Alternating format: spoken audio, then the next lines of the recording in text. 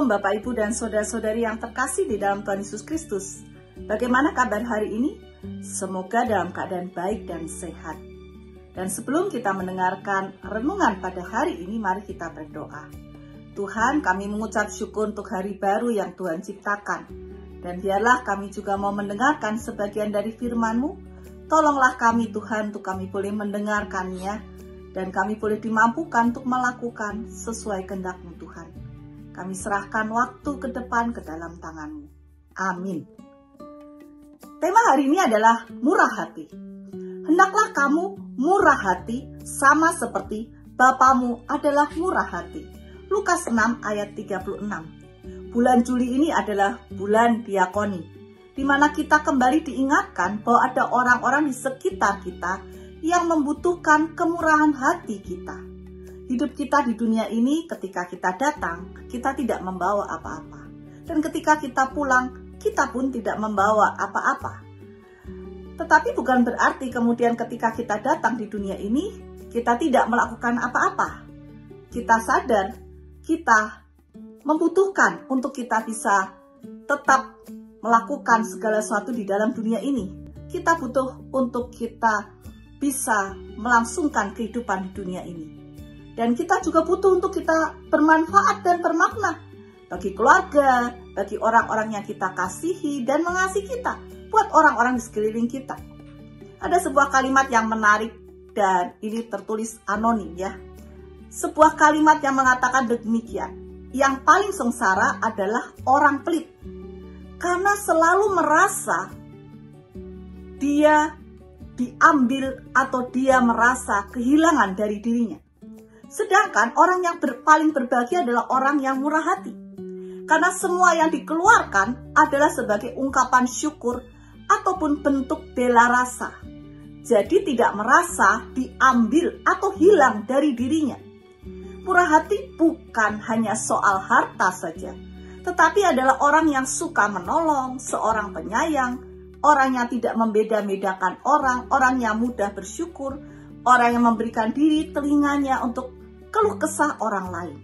Dan contoh dalam perjanjian lama adalah janda dari Sarfat. Dalam kekurangannya, dia masih bisa memberi Nabi Elia yang saat itu juga di dalam keadaan kekurangan. Dan yang menariknya justru ketika janda dari Sarfat ini, dia memberi dari apa yang dia ada dalam kekurangan, ia justru kemudian diberkati. Demikian pula di dalam perjanjian baru dikatakan ada kisah tentang Dorcas, seorang yang murah hati. Dia banyak berbuat baik dan sedekah, terutama dalam membuat pakaian untuk mereka orang-orang yang membutuhkan. Dan ketika ia meninggal, banyak orang yang menangis.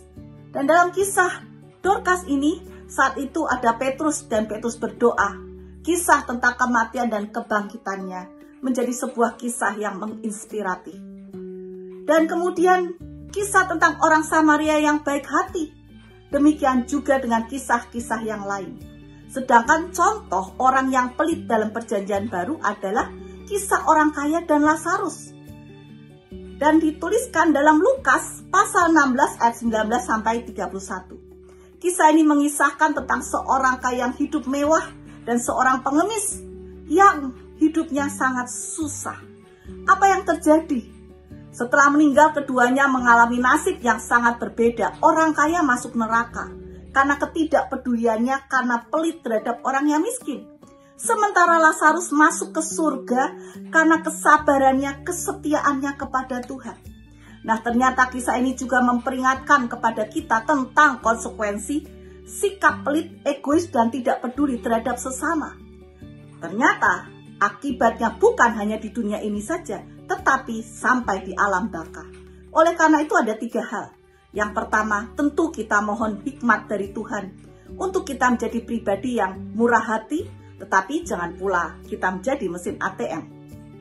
Yang kedua, kita tidak akan kekurangan ketika kita menjadi pribadi yang murah hati sesuai kehendak Tuhan. Dan yang ketiga, orang yang murah hati cenderung lebih bahagia. Karena orang yang murah hati tidak mengharapkan balasan. Tetapi firman Tuhan mengatakan di dalam Galatia 6 ayat 7, janganlah sesat, Allah tidak membiarkan dirinya dipermainkan.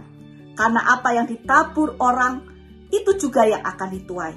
Ayat ini menekankan bahwa tindakan kita, baik itu baik ataupun itu buruk, akan menghasilkan konsekuensi yang sesuai. Meskipun kita tidak mengharapkan balasan sekali lagi, tetapi ketika kita murah hati, suatu waktu kita akan menerima kemurahan hati itu juga, entah kapan dan dengan siapa orangnya. Amsal 19 ayat 17 berkata demikian.